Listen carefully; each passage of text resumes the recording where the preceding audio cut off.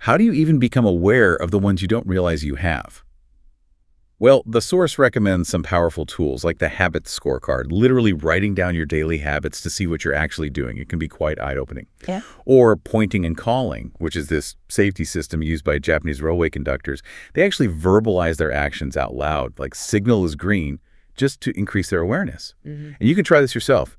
Maybe say aloud your bad habits and their typical consequences. Just vocalizing it can make it more real. Yeah, bringing it into conscious awareness. Exactly. And once you're aware, you can then start creating obvious cues for the habits you want to build. The material introduces implementation intentions, which sounds technical, but it's just a precise plan like, I will behavior at time and location.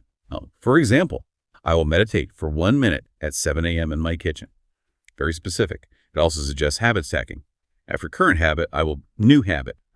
Like after I get my morning coffee, I will say one thing I'm grateful for, or after I brush my teeth, I will floss one tooth. Hmm.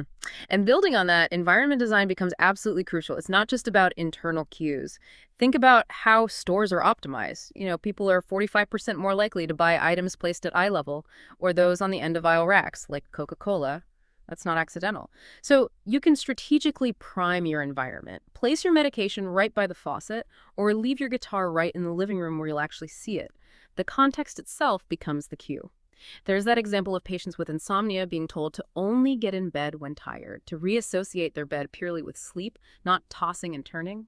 It's often easier to change habits in a completely new environment, actually, or by dedicating one space, one use for different activities, like only working at your desk. So, for you, the listener, this means consciously designing your world. The so-called secret to self-control isn't really about some superhuman willpower. It's much more about creating a disciplined environment where the right choice is the easy choice. The famous Vietnam War heroin study illustrated this perfectly, didn't it? Soldiers who were addicted in Vietnam rarely relapsed when they came home because the environmental cues, the triggers, were gone. Compare that to typical rehab scenarios where, sadly, 90% relapse upon returning to the exact same environment. The cues are still there.